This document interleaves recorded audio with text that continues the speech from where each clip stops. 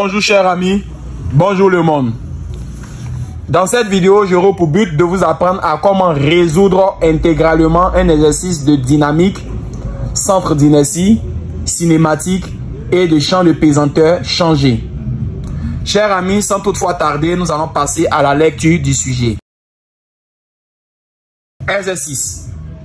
Une piste ABCM est formée de deux parties, AB et l'axe BM. AB est une partie rectiligne de longueur AB égale à L. Elle fait un angle alpha égal à 30 degrés avec l'horizontale ADE. L'axe BM est une portion de cercle de rayon R égale à 2,5 mètres. CD est perpendiculaire à AD. On prendra G égale à 10 mètres par seconde carré et θ égale à 80 degrés. Vois schéma ci-dessous. Un solide ponctuel de masse M égale à 400 grammes est propulsé du point A avec une vitesse VA égale à 8 mètres par seconde. 1. On suppose que les frottements sont négligeables sur la piste ABCM. Petit a. Déterminer les expressions des vitesses du solide en B et en C en fonction de alpha, G, VA et R. Calculer les valeurs de ces vitesses VB et VC. B.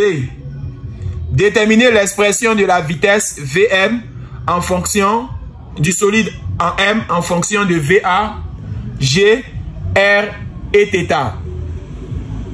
Faire l'application numérique. C. Déterminer l'expression scalaire R de la réaction R de la piste sur le solide en M en fonction de G, θ, M, VA et R. Calculer la valeur de R. 2. En réalité, sur le tronçon ABC, existe des forces de frottement qui équivalent à une force unique F, d'intensité constante. Le solide arrive en C avec une vitesse VC égale à 0,75 mètres par seconde. Déterminer l'expression de F en fonction de VA, VC, G, R, M et alpha. Calculer la valeur de F. 3. Le solide quitte la piste en M avec une vitesse Vm égale à 3,85 mètres par seconde. A. Déterminer l'équation de sa trajectoire dans le repère M, vecteur I, vecteur J, indiqué sur la virgule. B. À quelle distance petit d de grand D sur l'horizontale ADE tombera-t-il? Chers amis, nous allons donc passer à la résolution de cet exercice. Après lecture et relecture, chers amis, nous allons passer à la correction de ce sujet.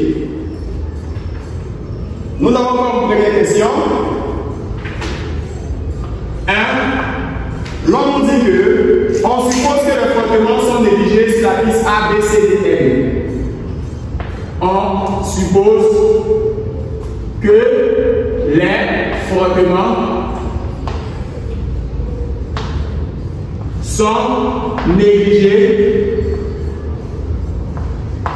sur la partie A, B, C, M. Chers amis, quelle est la question posée? Il s'agira donc de la question 1A. Déterminer les expressions des vitesses du solide en B et en C en fonction de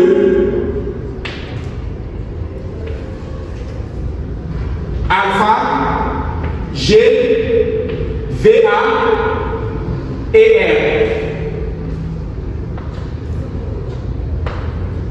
Chers amis, la première question nous demande de déterminer les expressions des vitesses du solide en B en fonction et en C en fonction de alpha, G, VA et R.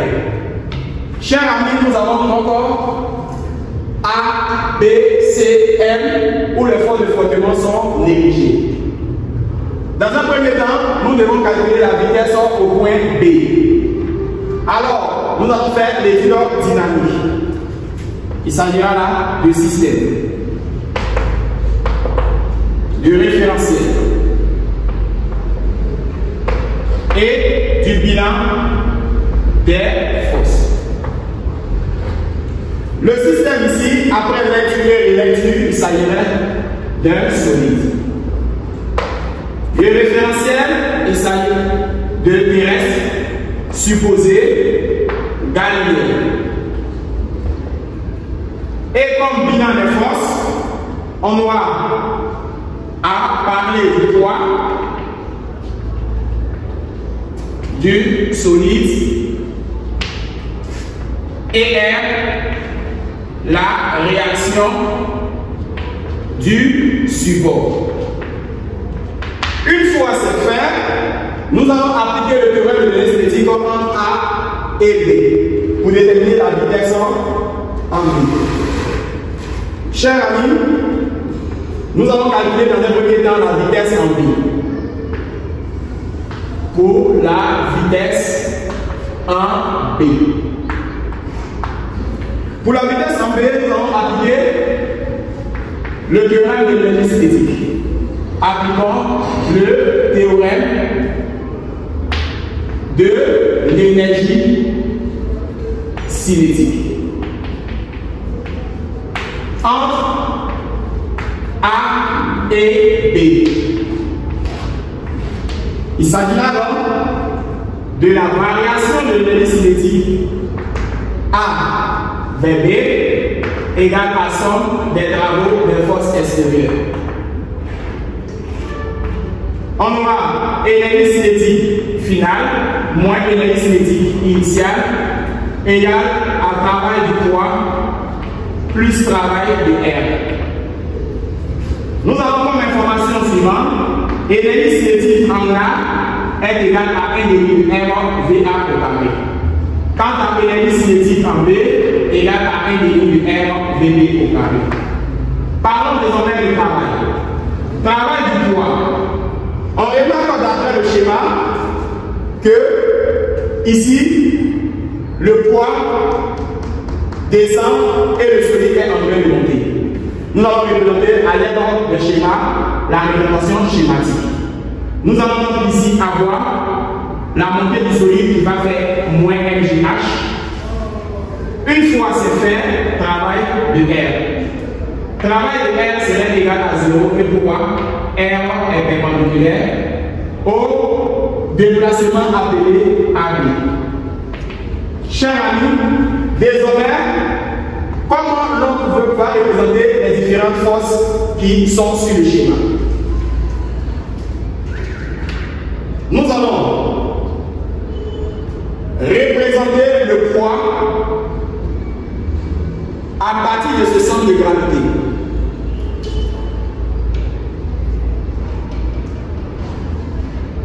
Une fois nous avons représenté le poids, nous allons partir tout en représentant la réaction. La réaction, il s'agit de la réaction du support, qui est perpendiculaire au support. Une fois c'est fait, la réaction est représentée et le poids est représenté. Chers amis, une fois que vous voyez le poids et la réaction, vous allez donc exprimer ces différentes informations à travers une démonstration. Il s'agira là de parler de 1 demi de M VB au carré moins VA au carré égale, comme le travail est résistant, moins MGH. Une fois que c'est fait, chers amis, alors nous allons chercher la valeur de H. Sur le schéma, nous allons encore utiliser ce triangle et la règle en classe de 5e qui nous dit langue alterne interne. Nous allons encore continuer par les astérisques ici et représenter langue alpha sur ce côté. On aura désormais à savoir que pour déterminer la hauteur que nous avons signifiée, H, ce côté-là serait donc appelé la latitude H. Comment est ce côté, cher ami, vis-à-vis de l'angle alterne interne que vous avez trouvé? L'angle alpha alterne interne. Comment est ce côté en orange vis-à-vis de l'angle? Ce côté est adjacent à l'angle. Dans ce cas, si le côté est adjacent, nous allons donc utiliser cosinus.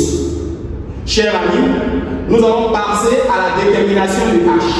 Pour déterminer H, il faudrait faire le point de départ et le point d'arrivée. C'est la distance des deux, chers amis, qui est appelée la latitude H. Une fois c'est fait, nous voyons clairement que l'angle interne est représenté là et H est adjacent à l'angle.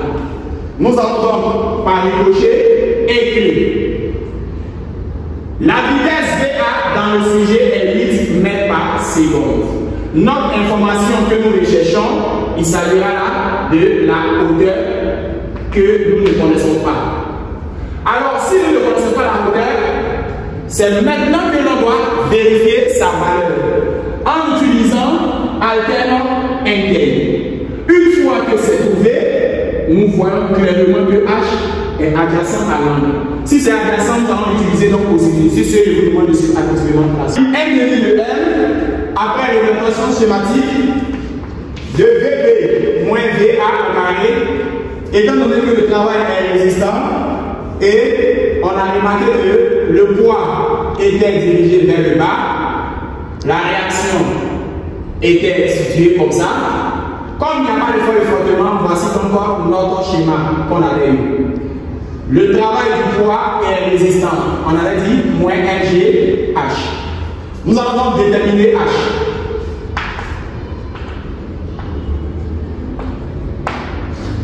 Alors, chers amis, comment est ce côté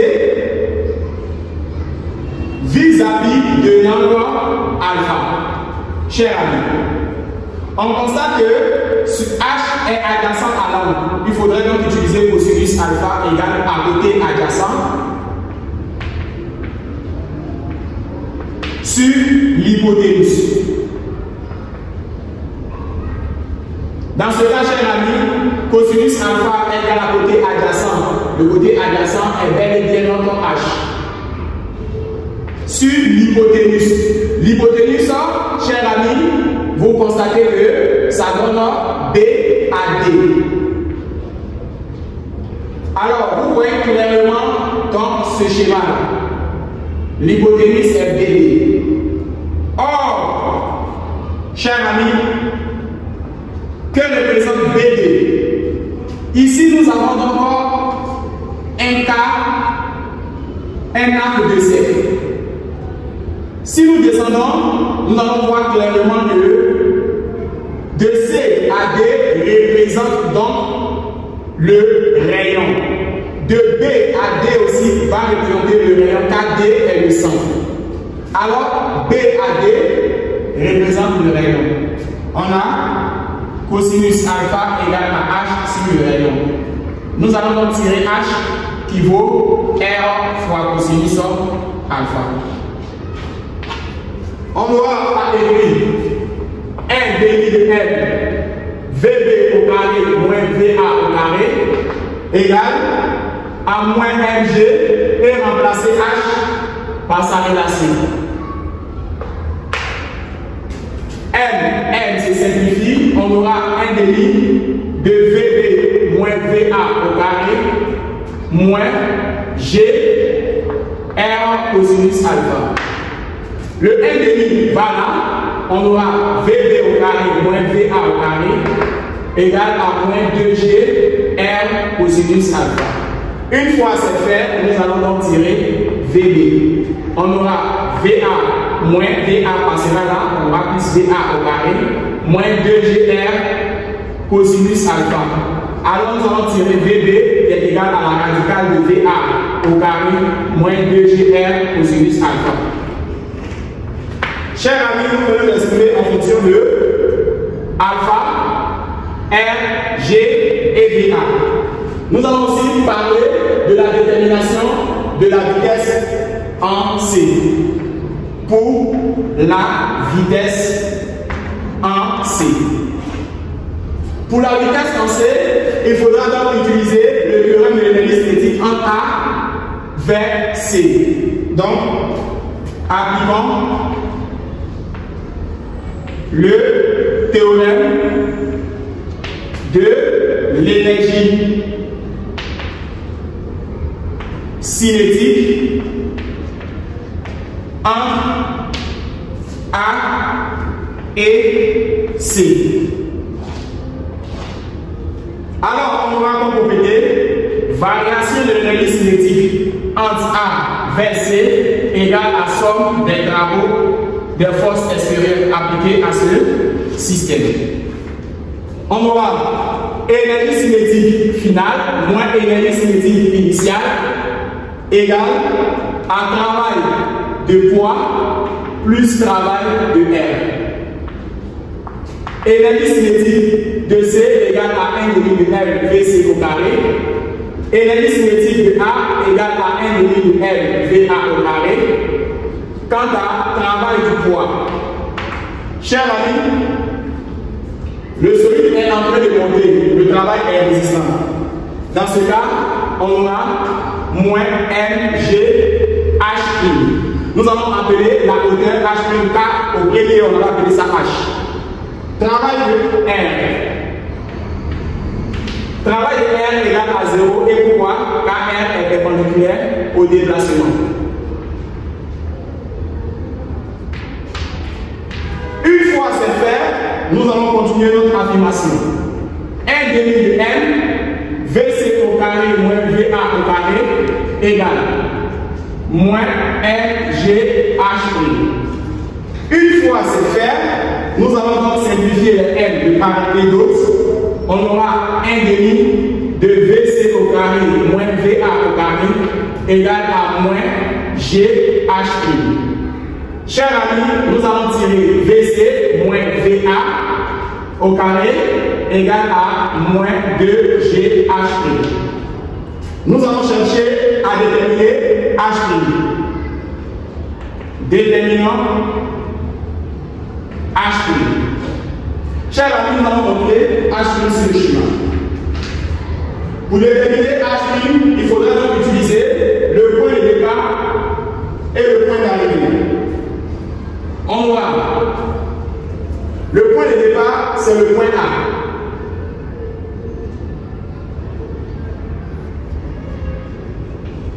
Le point d'arrivée, c'est le point C.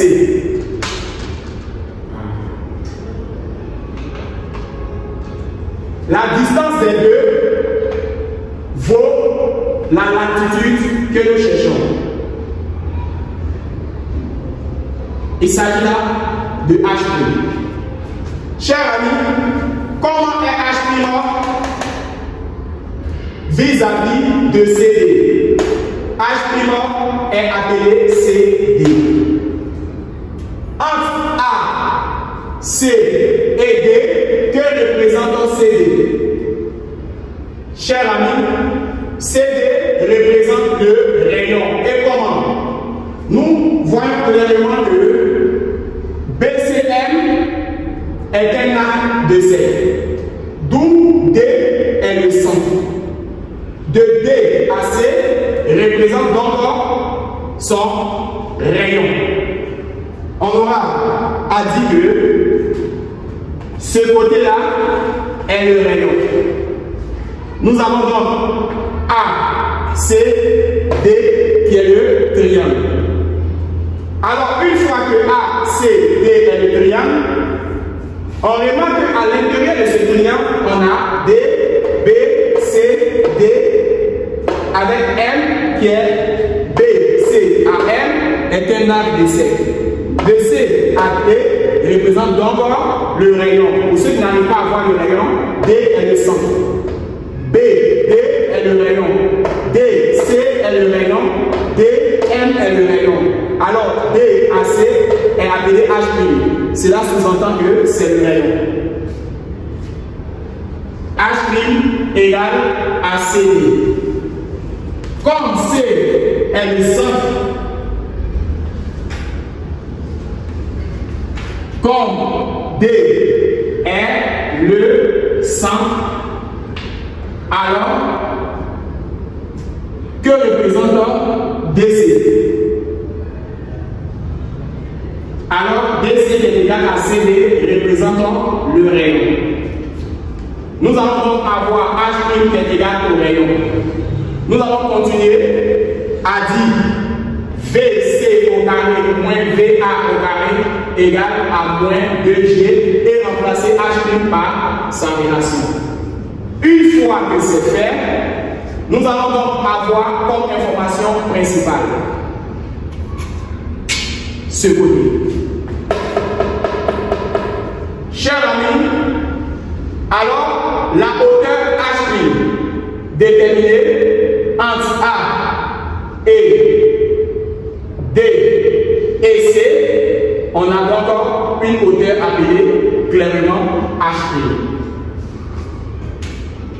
On aura ici à tirer VC au carré.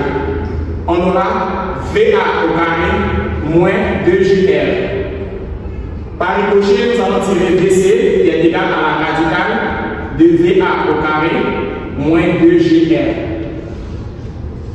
Voici donc VC en fonction de VA, G et R. Chers amis, nous allons poursuivre et passer à la question suivante qui nous demande de déterminer la vitesse au point L. Si c'est vous demande de suivre attentivement. Donc calculer un valeur.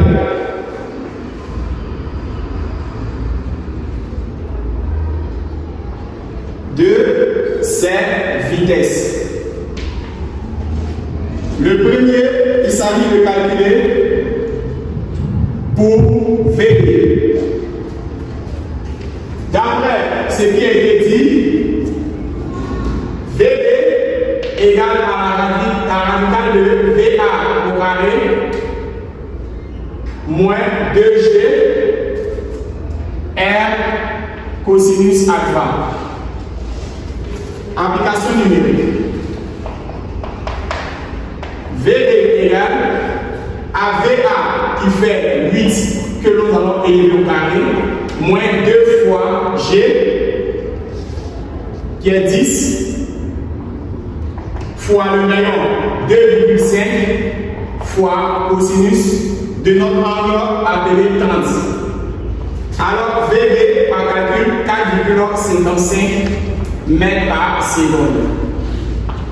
Nous allons calculer pour VC.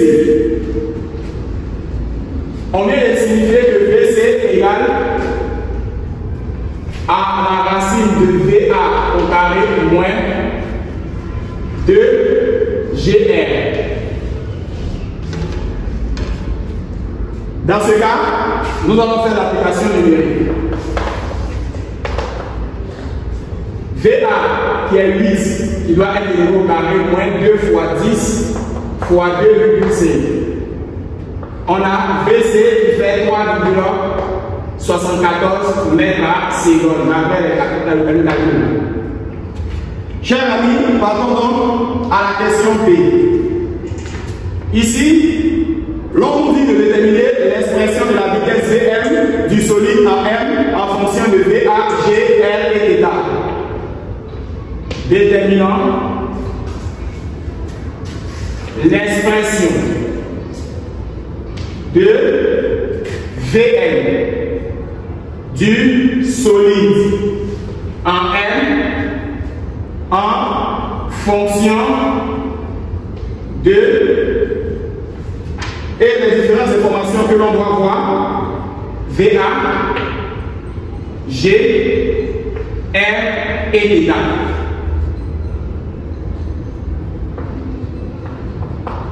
Chers amis, nous sommes encore sur la partie suivante. Nous avons encore un schéma que voici.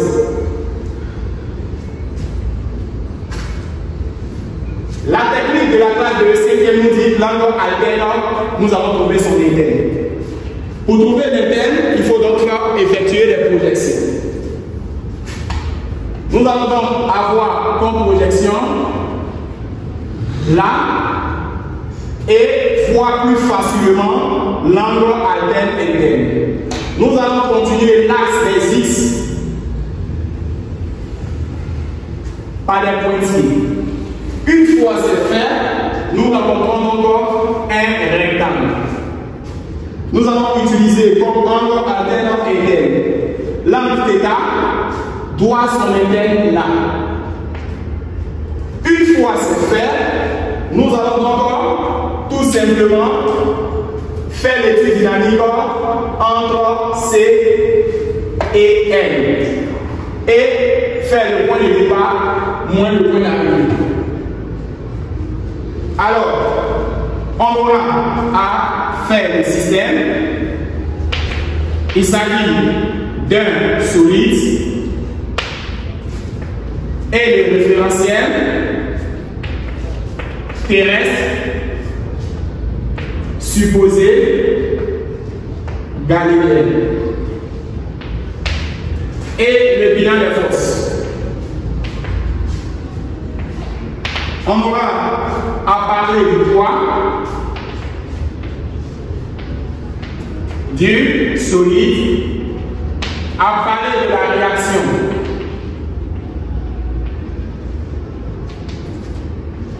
du plan. Étant donné que le sujet a signifié qu'il n'existe pas de force de frottement sur cette partie, alors voici donc les deux forces. Nous allons faire la représentation schématique. Voici donc le schéma ici. Pour ceux qui veulent savoir où nous allons représenter la réaction et le poids, c'est très simple. Il faut d'abord tracer la tangentielle. Une fois que la tangentielle est tracée, nous allons donc matérialiser par un point là et à descendre. On voit plus clairement que là porte le nom de P.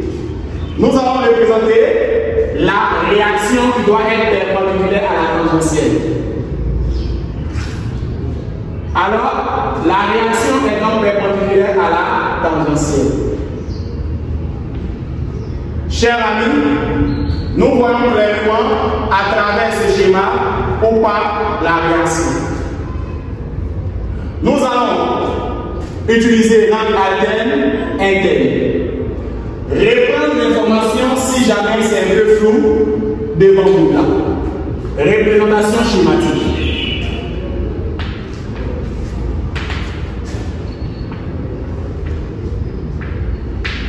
Alors, pour ce que je viens de signifier, j'ai parlé de continuer notre tracé et là, à réussir la tangentielle,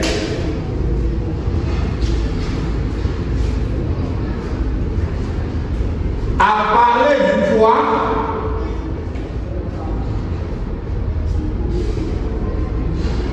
et à réussir la réaction qui doit être perpendiculaire à la tangentielle.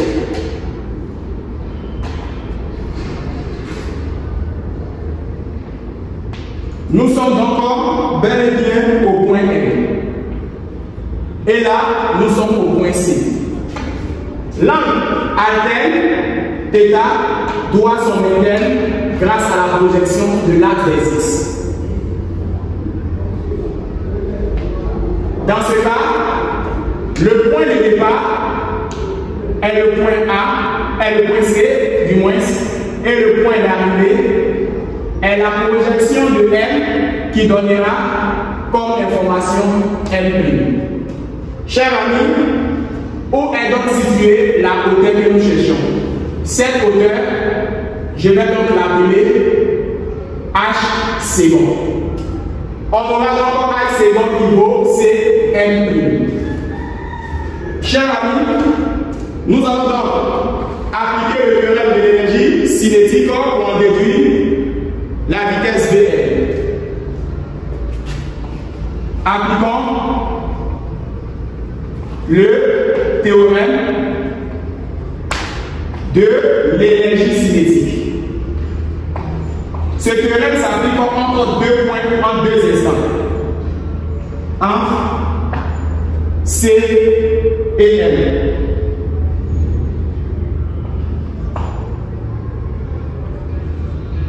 On aura comme propriété la variation de l'énergie cinétique en CVM égale à la somme des travaux des forces extérieures appliquées à ce système. On aura donc énergie cinétique en M moins énergie cinétique en C égale à travail du poids plus travail de R. Nous allons décortiquer chaque information. Énergie cinétique en M vaut 1 demi de M Vm au carré. Quant à énergie cinétique en C vaut 1 demi de M Vc au carré. Travail du poids, nous allons regarder, on voit clairement que le solide est matérialisé là. Le solide est en train de descendre, le travail est moteur. Si le travail est moteur, on aura donc mg multiplié par notre h second que nous allons déterminer bientôt. Pourquoi il y a plus de 6 moins? Parce que le travail est moteur. Si le travail était résistant, nous allons avoir la présence de moins. C'est dans le cas que lorsque nous montons, le travail est résistant. Lorsque nous descendons, le travail est moteur. Travail de R. Travail de R est perpendiculaire à la tangentielle. Alors, ceci signifie que le travail de R égale à 0. Et pourquoi? Car R est perpendiculaire à la tangentielle. Une fois c'est fait, M, Vm au carré moins V, C au carré, égale à Mg H second. Déterminant H second. Chers amis, point de départ, point d'arrivée, la distance des deux est appelée H. H second. H second peut avoir comme équivalence CM'. Alors, voici le côté que nous cherchons. Comment est ce côté, cher ami? Pour déterminer la valeur de ce côté, il faudrait donc dire que H second égale à CM'. Et comment décortiquer CM'? CM' serait donc égal à CD, c'est-à-dire le plus grand, soustrait après le CD, soustrait à M', D. Alors, chers amis, on reprend. Pour avoir I second qui est l'équivalent de CM', on aura le plus grand moins le moyen. I second égale à CD moins M', D. Que vaut CD? Chers amis, nous avons là un arc de C. D représente donc le centre. De C à D représente donc le rayon. On aura R moins M', D. Alors nous allons chercher la valeur de M', D. Pour avoir la valeur de M', il faut se poser une seule question. Notre angle dans le sujet θ était placé là. Et grâce à l'angle interne, nous voyons bien que ce côté-là serait donc caractérisé par notre θ. Alors, chers amis, que vaut donc la valeur que nous recherchons? Ce côté-là. Que vaut donc ce côté que nous recherchons? Ce côté fait face à l'angle θ. On aura à considérer le triangle DMM' rectangle en M'. Cherchons M''D. Considérons le triangle DMM' rectangle en M'. Dans ce cas, pour le triangle rectangle, on aura à dire que ce côté M''D fait face à l'angle. On aura à utiliser sinus parce que le côté fait face. Sinus θ égale à côté opposé sur l'hypoténuse. Alors, que vaut le côté opposé, cher ami? Le côté opposé, c'est le côté qui fait face. Il s'agit là de M''D sur l'hypoténuse. L'hypoténuse est la plus grande distance de ce triangle. Pour le triangle qui est là, la plus grande distance est ce côté fait en blanc. Alors, ce côté porte le nom de DM. Or, DM, cher ami, lorsque nous voyons clairement DM, il s'agit aussi du rayon. On aura sinus θ égale à M''D sur le rayon. D'où nous allons tirer M''D qui vaut R sinus θ. Nous allons donc remplacer M''D par son équivalent. On aura H secant qui est égal à R moins R sinus θ. Chers amis, nous pouvons donc l'écrire sous la forme suivante. R en facteur de 1 moins sinus θ. Une fois c'est fait, nous allons remplacer H secant par son expression dans la relation où nous sommes arrivés. N demi de N, Vn au carré moins Vc au carré égale à Mg et remplacer le H secant par R facteur de 1 moins sinus θ. Une fois c'est fait, nous allons simplifier N de part et d'autre et on obtient N demi de Vm au carré moins Vc au carré égale à G pour G de R facteur de 1 moins sinus θ. Le 2 viendra donc là, on aura Vm au carré moins Vc au carré égale à 2G R facteur de 1 moins sinus θ. Une fois c'est fait, nous allons donc tirer le fameux Vm. On a Vc au carré additionné à 2GR 1 moins sinus θ. Alors, nous allons tirer clairement Vm.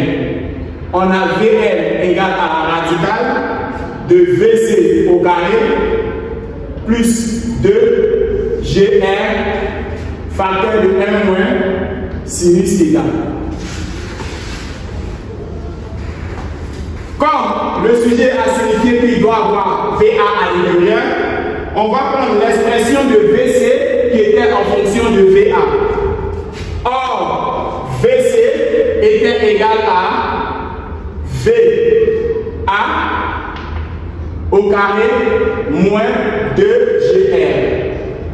Alors, chers amis, si VC est égal à cette expression, et que vaut VC au carré? Le carré va faire sauter la radicale, on aura VA au carré moins 2GR. On aura à dire que VM égale à la racine et remplacer VC par son équivalent. On aura VA au carré moins 2GR additionné à 2GR facteur de 1 moins sinus θ. Une fois c'est fait, nous allons enlever les parenthèses. Si nous enlevons les parenthèses, on aura VM égale à VA au carré moins 2GR additionné à 2GR multiplié par 1 fait 2GR. 2GR multiplié par moins sinus fait moins 2GR sinus θ.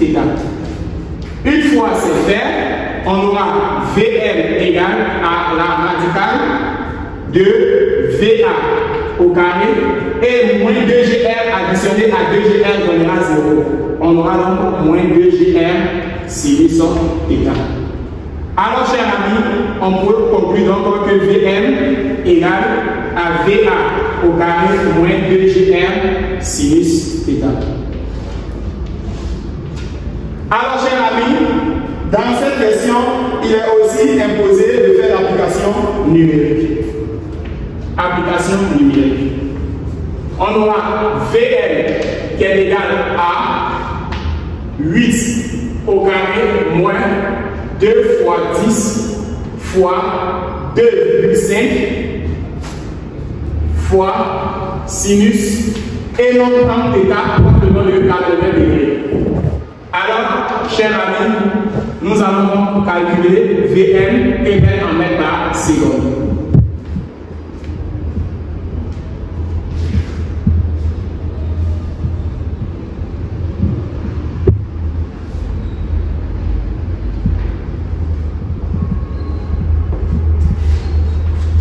On a 3,84. Chers amis, sur ce, nous allons passer à la prochaine question qui demande de déterminer la réaction.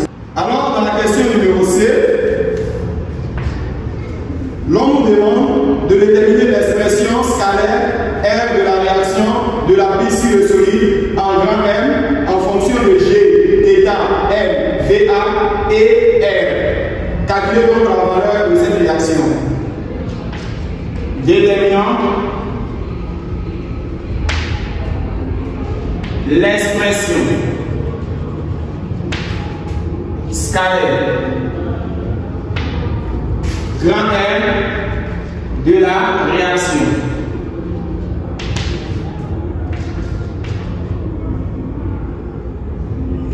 De la piste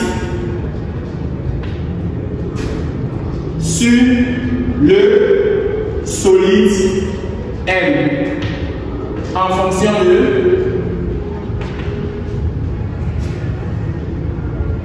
G, θ, M, VA et R. Chers amis, pour déterminer la réaction dans un premier temps, il faudrait appliquer le théorème de centre d'inertie.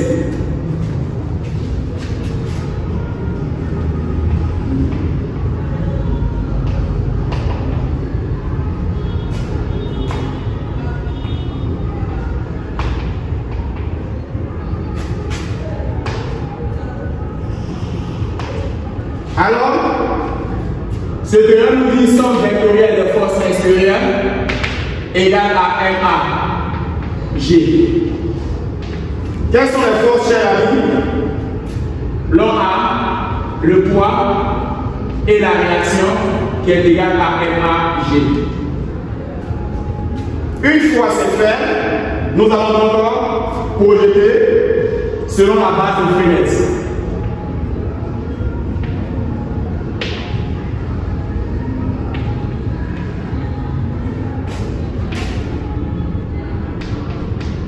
La normale et la tangentielle. On aura à comprendre par là que A égale à accélération normale plus accélération tangentielle. L'accélération normale est égale à la vitesse obtenue au point M au carré et l'accélération tangentielle est égale à la dérivée de la vitesse par rapport au temps. Une fois c'est fait, chers amis, sachez bien que cette information nous donnera 0. Et pourquoi? Car la dérivée de R multiplié par oméga par rapport au temps donne 0. Une fois c'est fait, on a A égale à AN.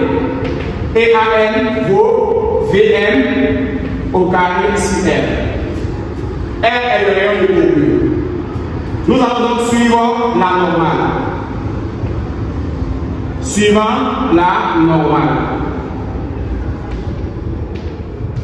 On aura dit que P sur la normale plus R sur la normale égale à MA sur la normale. Une fois c'est fait, nous allons encore commencer notre projection. Chers amis, nous avons encore là le schéma. La normale ici est centripète. La normale est dirigée vers le centre. Alors, une fois que nous savons très bien que la normale est centripète, nous dévions ça vers le centre. Une fois c'est fait, nous allons encore avoir la normale ici et la tangentielle. Notre projection va se faire sur la normale. Passons donc à la projection. On aura à projeter P sur la normale. Je viens de signifier que la relation de la vitesse M avait comme objectif sinus. Cela signifie que dans l'équation P, P aura aussi l'apparition de sinus. L'angle situé en bas serait aussi là. Alors, on aura ici P qui est tombé sur la normale. Ce côté où je suis en train de maquiller est comment vis-à-vis de l'angle. Ce côté fait face à l'angle. On aura P sur la normale plus R sur la normale égale à MA sur la normale. P descend. La normale va vers le bas. La normale et P ont le même sens. Si la normale et P ont le même sens, on aura à écrire plus P et l'angle fait face à notre côté fait envers. Alors on aura P sinus notre angle θ. Une fois que P est positif, parce que P va dans le même sens que la normale, regardez bien R. R monte et la normale est dirigée vers le bas. Alors R n'a pas le même sens que la normale. Parce que R va vers le haut et la normale est dirigée vers le bas, car la normale est centripète. On aura donc moins R, qui est égal à MA, et remplacer AN, l'accélération normale, par VM au carré sur R. On aura VM au carré sur R. Nous allons remplacer VM par son expression. Ce qui va nous intéresser, c'est le VM au carré. On sait que VM égale à racine de VA au carré moins 2GR sinus θ. Alors, et VM au carré, on aura donc VA au carré moins 2GR sinus θ. Une fois c'est bon, on aura donc à remplacer VM au carré par son hypothèse qui est là. On aura P sinus θ moins R égale à M facteur de VM au carré VA au carré moins 2GR sinus θ sur R. Nous allons remplacer P par MG. On a MG sinus θ moins R égale. Et là, on aura à écrire M. Et là, VA au carré sur R, chacun va partager le R. Et là, après partage, on aura 2GR sinus θ sur R. Une fois c'est bon, chers amis, nous allons donc progresser tout en simplifiant le R ici et là, laisser le R. Et après, développer membre par membre. Si c'est le élément de suite, attentivement la suite. Ici, on aura MG sinus θ moins R égale à M VA au carré sur R. Et là, après simplification, on aura 2G sinus θ. Alors les R sont partis. Dans ce cas, nous allons faire agir les M. On a MG sinus θ moins R égale à M VA au carré sur R. Et le M va développer de là. On a moins 2MG sinus θ. Une fois c'est fait, on aura moins R égale à M VA au carré sur R. moins 2mg sinus θ. Une fois c'est fait, cette écriture passera de l'autre côté. On aura moins mg sinus θ. Nous allons donc enlever le signe moins. On aura moins m va au carré sur r. Le moins peut naître ici. Plus 2mg sinus θ. Le même moins peut naître ici. Plus mg sinus θ. On aura 2mg sinus θ additionné à mg sinus θ. On aura r égale à moins m va au carré sur r plus 3 mg sinus θ.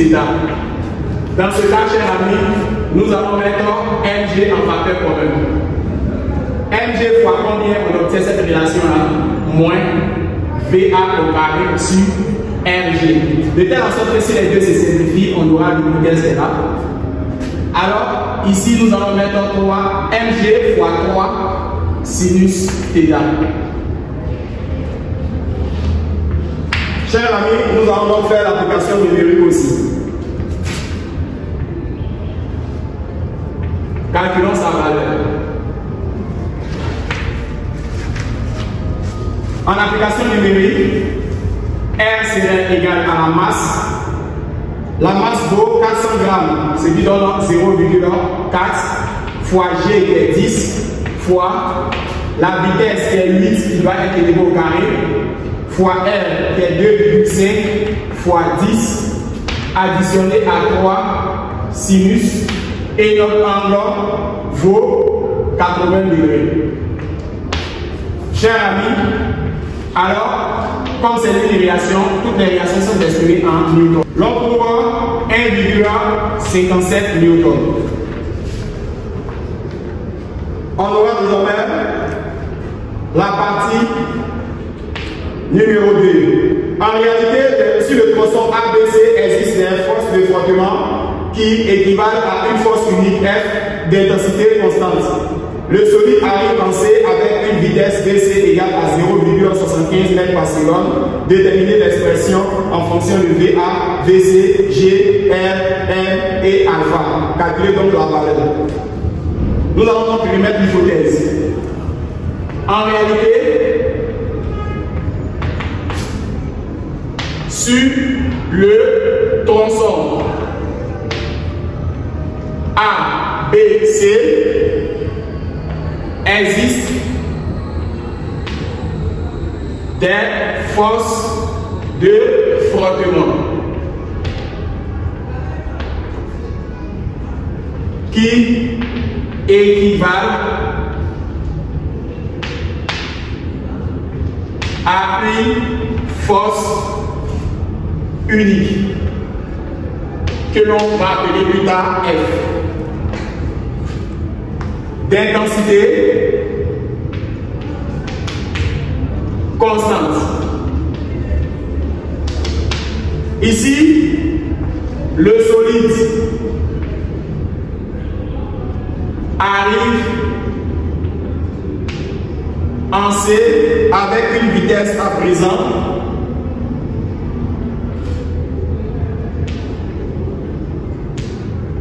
VC égale à 0,75 m par seconde. L'on demande à présent de déterminer l'expression de F en fonction de, et nous allons exprimer ça en fonction de VA, VC, G, R, M et alpha. Chers amis, comment déterminer la force de frottement? On dit à présent, il existe des frottements sur le trajet ABC. S'il existe des frottements sur le trajet ABC, on doit donc représenter le schéma et parler de l'équilibre dynamique à présent. Système.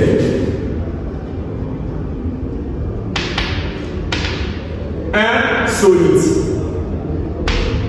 Référentiel. Terrestre. Supposé. Galiléen. Bilan des forces.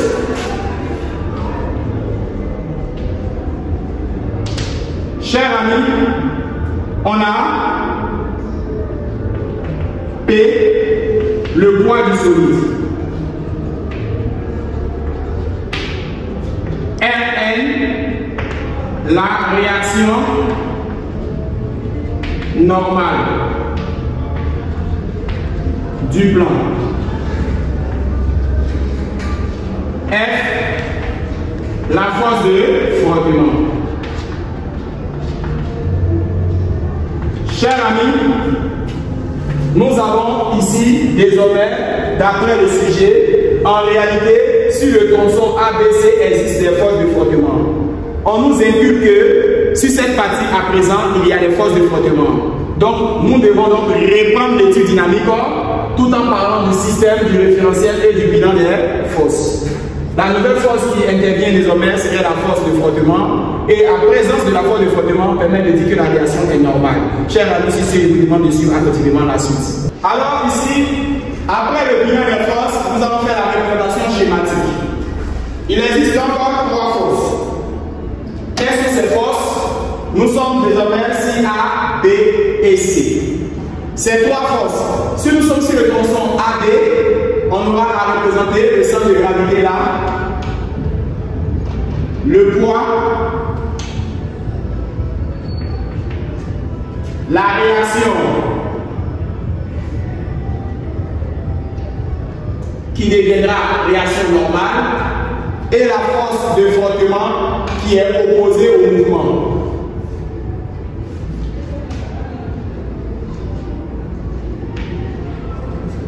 Si nous sommes sur le tracé A, B, C, si la portion est désormais A à C, nous allons donc représenter là le poids. Une fois c'est fait, nous allons tracer la tangentielle. Parce que la portion est circulaire. Nous allons nous assurer que la réaction est perpendiculaire à la tangentielle.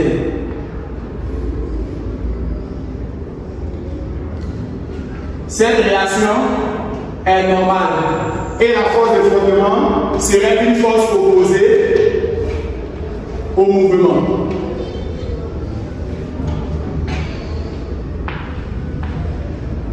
Chers amis, nous allons désormais appliquer le théorème de l'énergie cinétique pour déterminer la force de frottement imposée par le sujet. Appliquons le théorème de l'énergie cinétique entre A et C.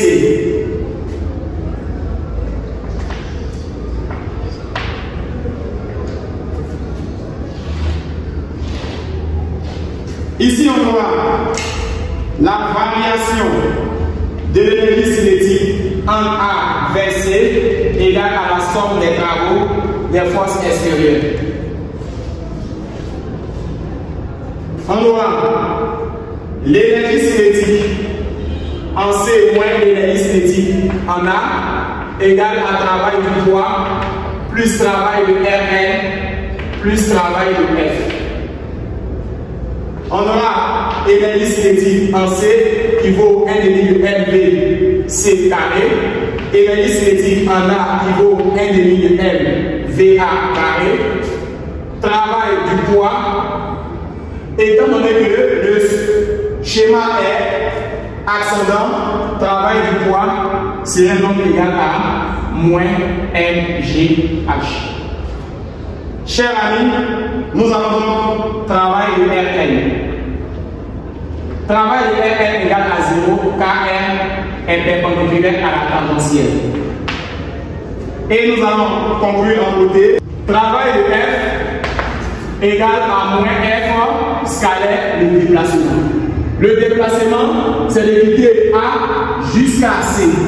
Alors, le déplacement vaut AB additionné à la longueur de l'arc de cercle BC. Dans ce cas, que vaut CB en termes de relation? Il s'agit là de la longueur de l'arc de cercle. BC. Alors, chers amis, nous allons déterminer les valeurs de AB et la longueur de l'arc de cercle BC.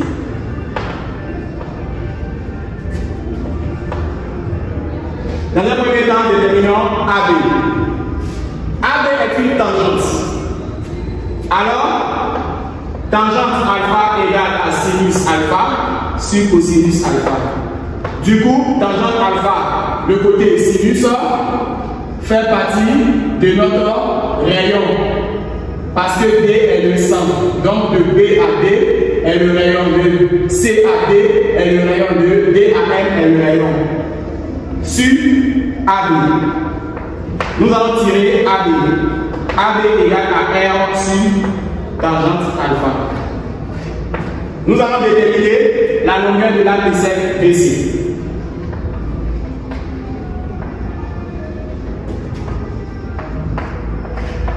Alors, chers amis, la longueur de l'arc de cercle BC, comme son nom l'indique, c'est un arc de cercle. Ce côté-là fait face à l'angle. Alors, chers amis, il faudrait donc retenir une information capitale. Lorsque vous avez un cas ou bien un arc de cercle, c'est très simple. Il faudrait savoir que la longueur de l'arc de cercle BC égale au rayon multiplié par l'angle. Alors, dans notre cas ici, la longueur de l'arc de cercle égale à R et l'angle est appelé alpha. On aura à dire tout simplement que travail de F égale moins F facteur AB remplacé par R sur tangente alpha additionné à R alpha. Nous allons donc poursuivre de cette expression. On aura 1 demi de L VC au carré moins VA au carré égale à travail du poids qui est égal à moins mg h moins f facteur de r tangente alpha plus r alpha. Déterminons h.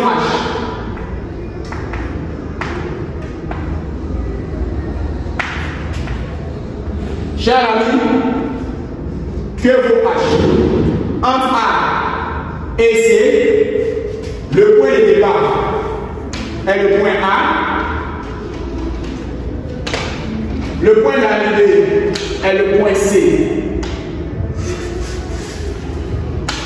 La distance des deux est appelée le h recherché. Que vaut donc la hauteur? Regardez bien. CAD représente le rayon. Alors, que vaut la hauteur? H égale à CD. Or, CD vaut le rayon. On aura donc H égale au rayon. Nous allons continuer. 1 demi de M VC au carré moins VA au carré moins MG et remplacer H par le rayon. Moins F facteur de R sur tangente alpha additionné à R alpha. Une fois c'est fait, nous allons donc décortiquer tout en cherchant F. Alors cette écriture-là va se déplacer. On aura là M, V, C au carré moins VA au carré sur 2 égale à moins MG R moins F facteur de R sur tangente alpha plus R alpha. On aura tout simplement à faire passer l'élément ici là. M VC au carré moins VA au carré sur 2 plus MG R, une fois c'est fait, égal à moins F facteur de R sur tangente alpha plus R alpha. Alors chers amis, cette écriture peut s'écrire aux tangentes ou du moins 1 sur tangente. Chers amis, je veux parler de la relation suivante. VC moins VA au carré sur 2 plus MGR égale à moins F facteur de 1 sur tangente alpha multiplié par R additionné à R alpha. Or, ainsi tangente alpha vaut cotangente. Chers amis, je vous demande de suivre attentivement la suite. R VC au carré moins VA au carré sur 2 additionné à MG R égale à moins F facteur de 1 sur tangente alpha R plus R alpha. On sait que 1 sur tangente alpha est l'équivalent de cotangente. Alors alpha, on aura M facteur de VC au carré moins VA au carré sur 2 plus MGR égale à moins F facteur de cotangente alpha multiplié par R plus R alpha.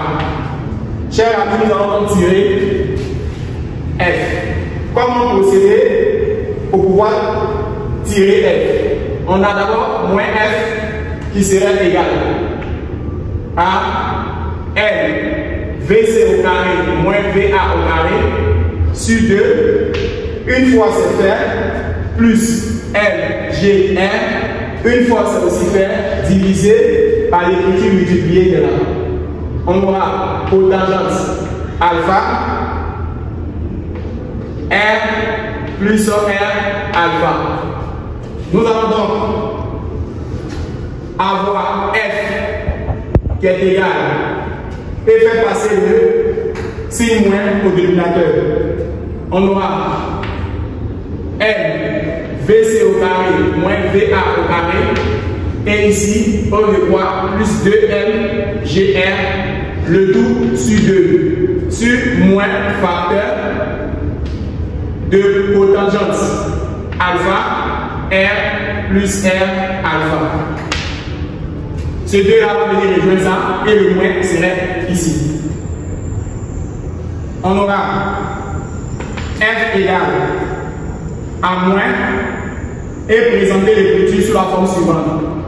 MVC au carré moins VA au carré plus 2LGR le tout sur 2, le moins à passer là, le voici, sur 2 et je mets R au dehors. Une fois que R va au dehors, on aura cotangente alpha et là, plus alpha. Chers amis, voici donc l'écriture, l'expression de F. Nous allons faire l'application numérique. On aura F égale à moins et la masse 0,4 facteur de VC, l'on demande de prendre 0,75 qui est la nouvelle valeur de VC donnée qui doit être élevée au carré moins VA.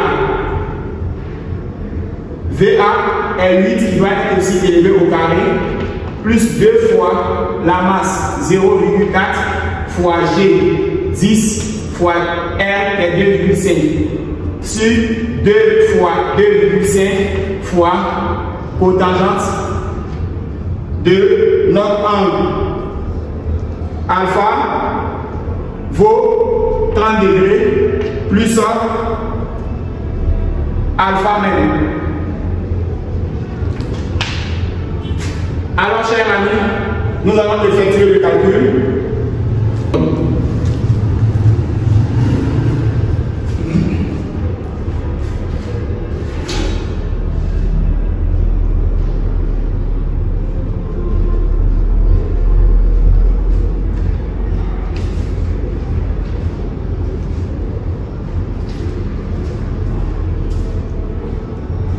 Chers amis, à présent, on considère en 3 que le solide quitte la piste en M avec une vitesse Vm égale à 3,85 mètres par seconde. Ici, l'on demande de déterminer l'équation de sa trajectoire dans le repère MIJ. Ici, nous sommes dans un exercice de champ de pesanteur à présent. Donc, non, donnez les différentes indications. 3. Le solide quitte la piste en L avec une vitesse Vm qui est égale à 3,85 mètres par seconde. Ici, la question posée est 3A. Déterminons l'équation de sa trajectoire. Chers amis, comment déterminer l'équation de la trajectoire? Dans un premier temps, nous sommes dans un exercice de champ de pesanteur. Il faut d'abord impérativement faire l'étude dynamique. Système. Il s'agit ici d'un solide. Référentiel. Terrestre. Supposé. Galiléen. Bilan des forces. Chers amis, pour changer, il y a une seule force appelée le poids. Donc le poids du solide. Après avoir défini le bilan des forces, il faudrait donc faire la représentation schématique. Si je vous demande de suivre attentivement la suite. Alors ici, nous allons faire la représentation schématique. Voici donc le schéma là. La trajectoire, c'est très simple. Une vitesse est toujours tangente à la trajectoire. Nous quittons C pour arriver en M. Alors, étant donné que la vitesse est toujours tangente à la trajectoire, on aura encore la vitesse Vm. Une fois c'est fait, la vitesse est tangente à la trajectoire. Nous sommes dans un exercice de changer où nous allons mettre impérativement le G et le poids qui descend. Alors, chers amis, nous allons utiliser comme angle alterne, interne. Alors, chers amis, l'angle alterne, interne. Vous voyez que dans le sujet, ce n'est pas pour rien que cotangente est sorti. Ce qui signifie que dans notre sujet-là, notre angle va être sur ce côté-là. Et là, on a donc comme information de l'angle sur ce côté.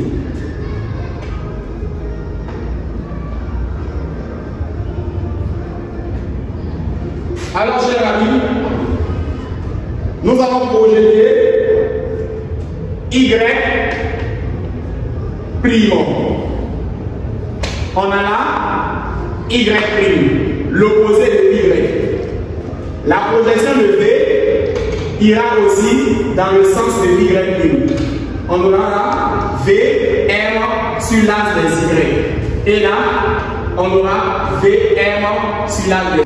Nous allons faire la représentation schématique claire.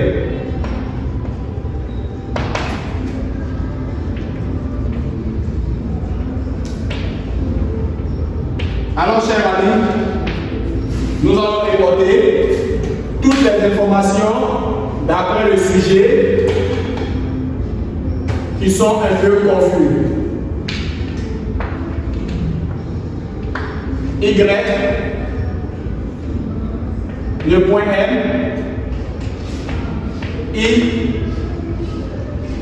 J, et là,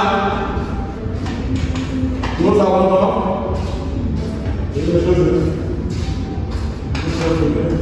donc ici VM. Une fois c'est fait,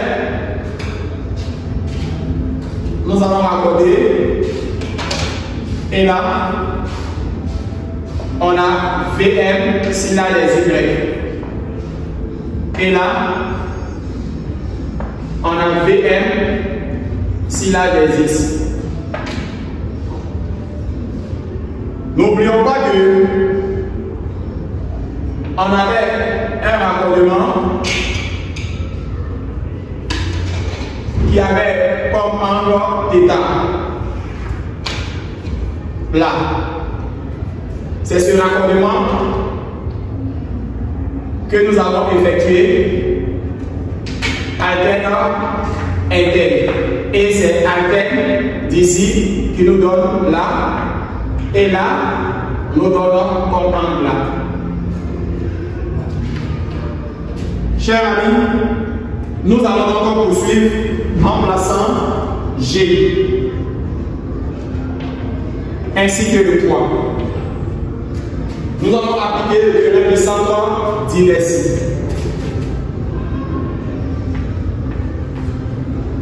Appliquons le théorème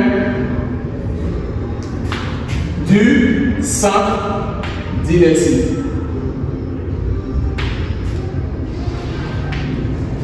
Somme vectorielle des forces extérieures égale au produit de la masse par le vecteur accélération de ce centre d'inertie. En changer, il y a seulement que le poids. Alors, le poids égale à mg qui est égal à ma ici. Du coup, A égale à G. Ou simplement A égale à G qui est une constante. AT égale à 0 secondes. Il s'agit là de la condition dite initiale. On aura VM 0. On aura VM 0 si là des X, VM 0 si là des Y. On aura G0, X0, Y0. VM0, V a le même sens, VM a le même sens que là des X. Est-ce que c'est vrai? VM, la projection de VM qui tombe sur ce côté, nous allons donc maquiller ce côté-là. VM projeté sur la des X est opposé à l'angle. On aura VM, étant donné que c'est opposé à l'angle, on a sinus θ. Là est opposé à l'angle. Contrairement à ce côté-là, qui est adjacent à l'angle. Y va vers le haut, la projection se fait vers le bas. Alors, on reprend, Y va vers le haut, la projection se fait vers le bas. On aura encore un signe négatif. Cosinus θ. Cosinus parce que ce côté-là est adjacent à l'angle. X0, le point de départ est pris comme le point M. Alors, comme le point M est pris comme départ, parce que nous sommes dans le repère M, I et J, il n'y a pas X0 et il n'y a pas Y0. Chers amis, après cette information AT égale à 0, nous avons parlé de AT différent de 0. Il s'agit donc de conditions quelconques.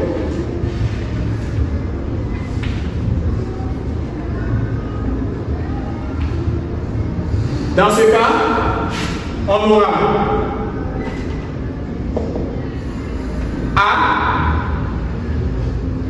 AX, AY. Implication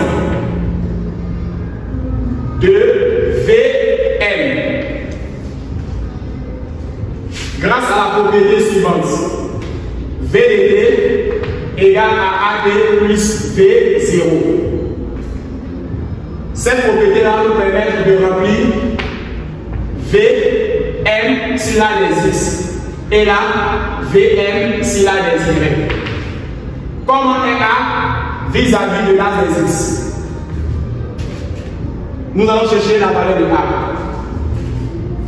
Comment est G? KA s'appelle G. Comment est G sur l'axe des X? G est perpendiculaire à l'axe des X. Sa valeur donnera 0. Comment est G vis-à-vis de Y? Y va vers le haut, G descend. Moins G. Remplissons. Comment est A sur l'axe des X? Sur l'axe des X, A égale à 0. On aura 0 fois T fait 0. Comment est V0 sur l'axe des X?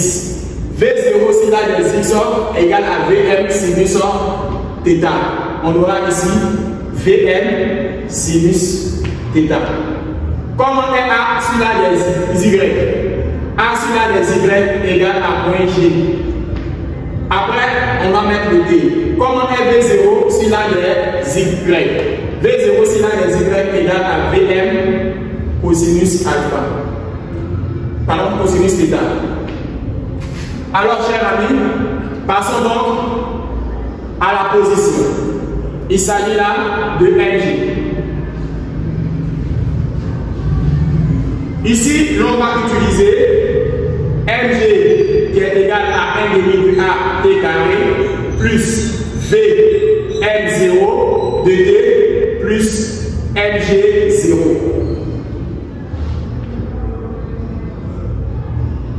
X, Y. Comment est A sur l'axe des X? 0. Comment est Vm sur l'axe des X? On a donc Vm sinus θ. Proche de ça, nous allons mettre Nt. Comment est Mg0? Mg0 sur l'axe des X égale à 0. Revenons en Y. Comment est A sur l'axe Y? Moins. On aura donc moins 1 demi de G T carré. Comment est V? Négatif. On aura moins Vm cosinus θ T. Voyez-vous tout, chers amis? Y égale à moins 1 demi de G T carré moins Vm cosinus θ T. Une fois c'est fait, et le Y0 vaut 0. De l'expression de X tirant T, de l'expression de Y remplaçant T par sa valeur. Si c'est une demande de suivre attentivement. Équation horaire paramétrique s'écrivent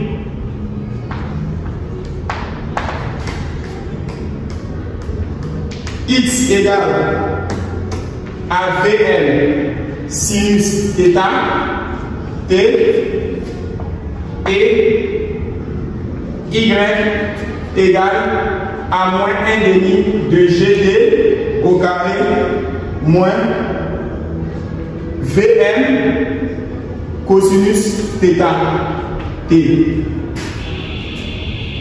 Équation cartésienne, chers amis. On dira de l'expression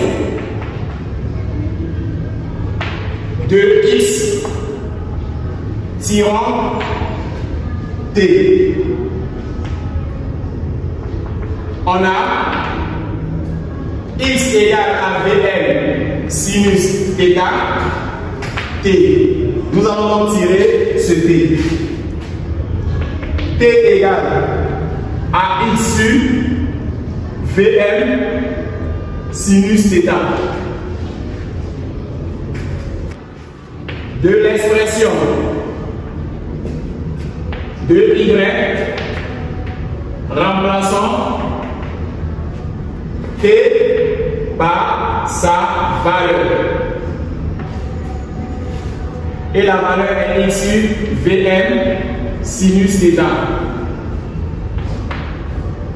On obtient.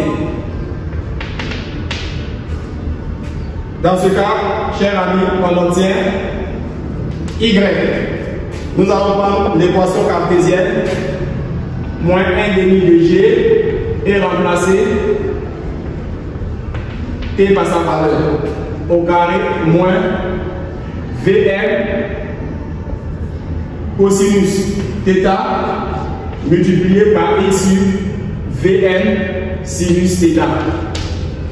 On aura y égale à moins g de Vm au carré sinus carré θ x au carré. Vm simplifié par Vm, on aura comme en haut x cosinus θ sur sinus θ. Or, cosinus θ sur sinus θ vaut cotangente θ équivalent de 1 sur tangente θ. On aura y égale à moins g sur 2Vm au carré sinus carré θ x au carré moins x sur tangente θ. Nous allons donc faire l'application numérique.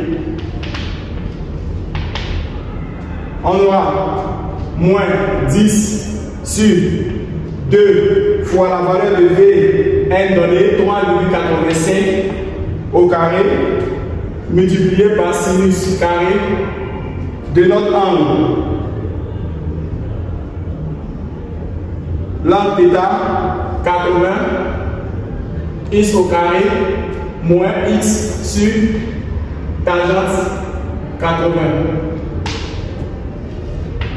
Nous allons vérifier à l'aide de la calculatrice.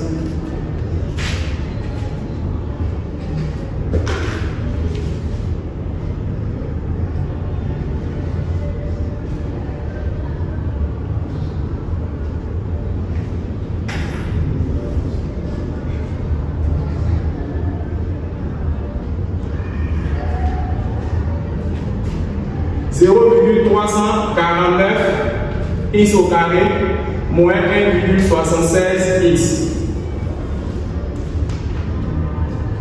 Désormais, nous allons répondre à la dernière question du sujet. Ce qui nous dit en B, à quelle distance petit d de grand D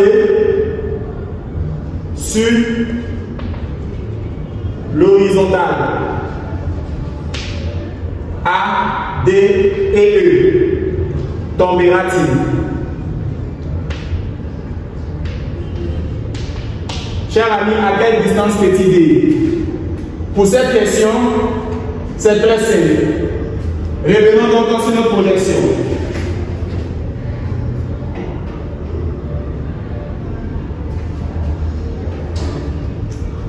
À quelle distance petit d?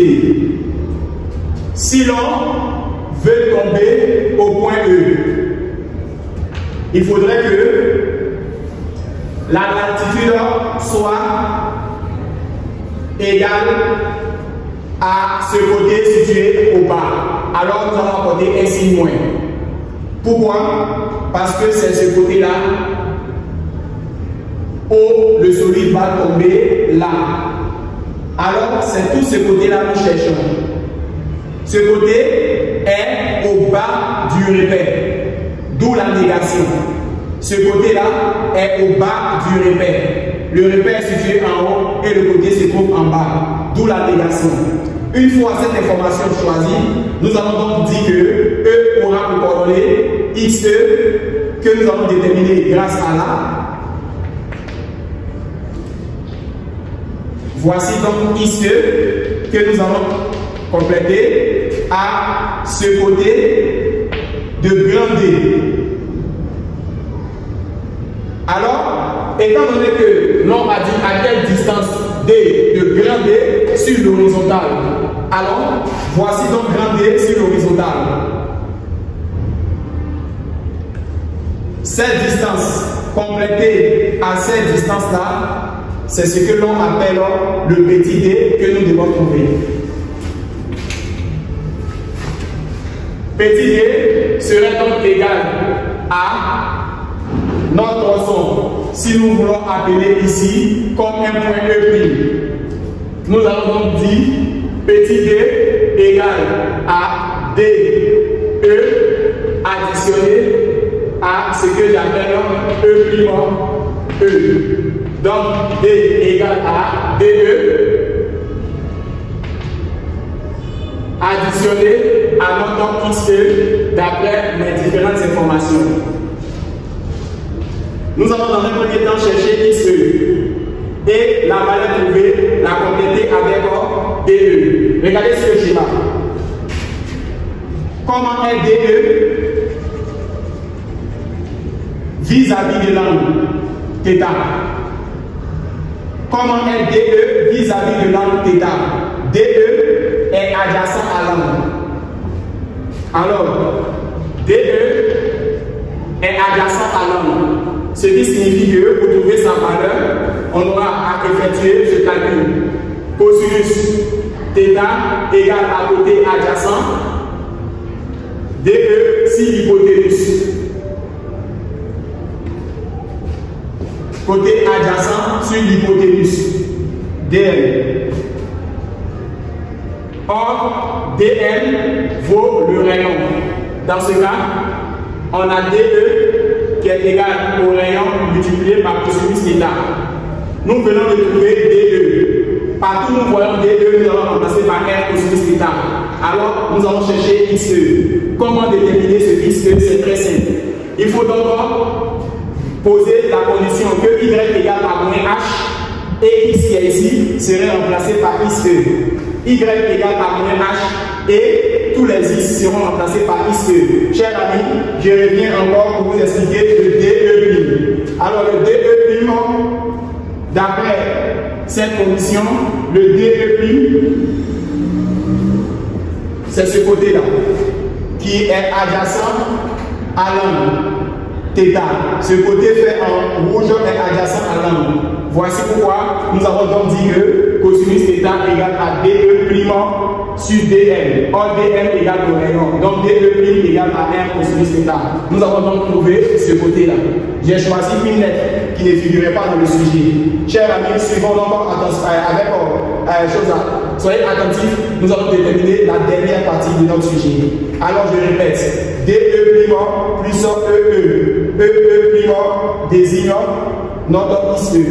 Chers amis, pour déterminer XE, il faut donner la condition. Donc, c'est ce que je vous demande de suivre attentivement. Alors, nous allons donc donner les coordonnées.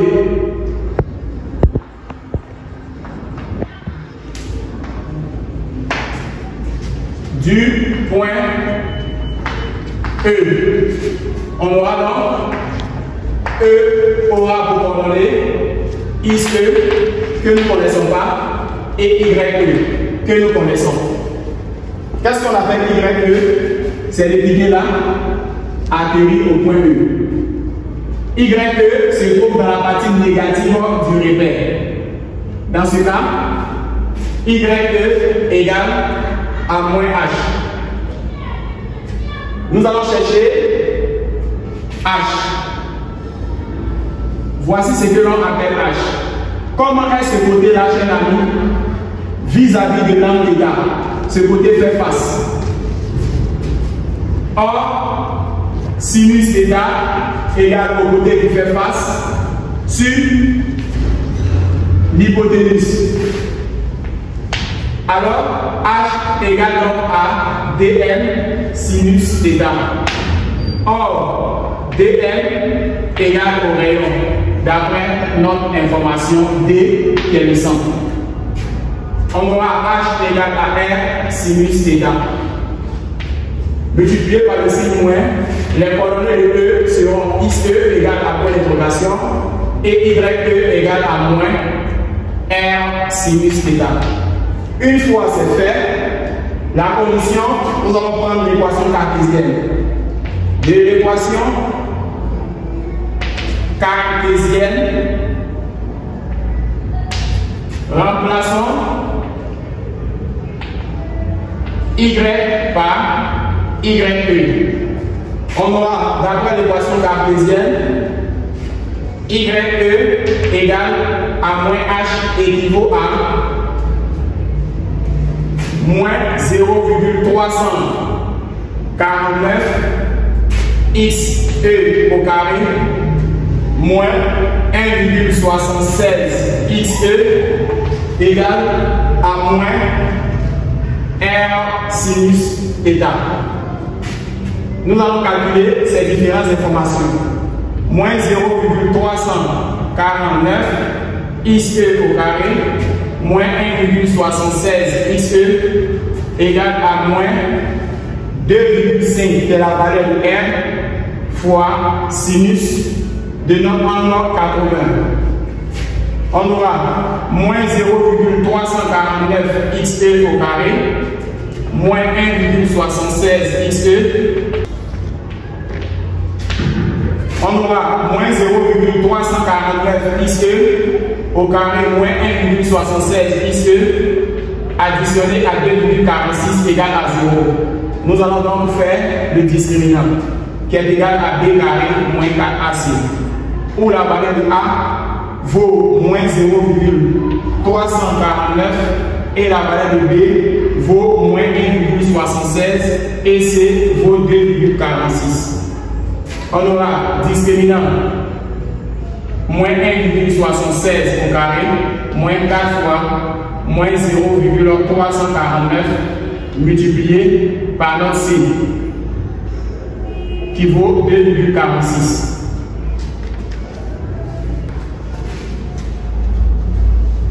On aura la valeur de discriminant étant supérieure à 0 à l'aide de la calculatrice. On aura comme valeur de ICE1 1,140 mètres quant à ICE2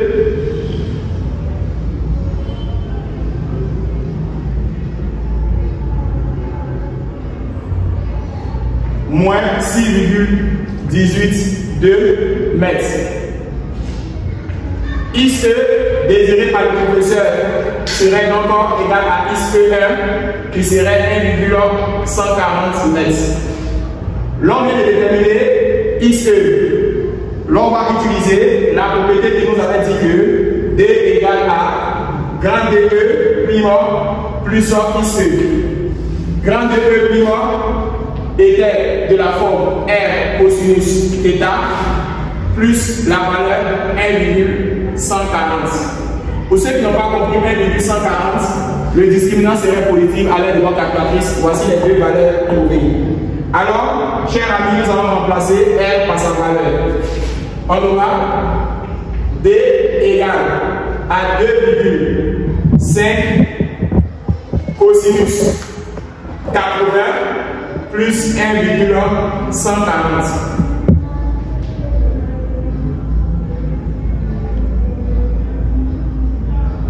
« 2,5 fois cosinus 80 plus 1,140.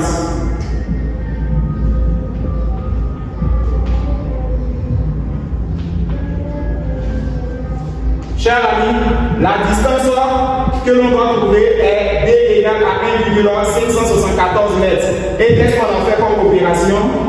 On a utilisé D égale à DE primo plus ICE. Et ICE vient de notre discriminant.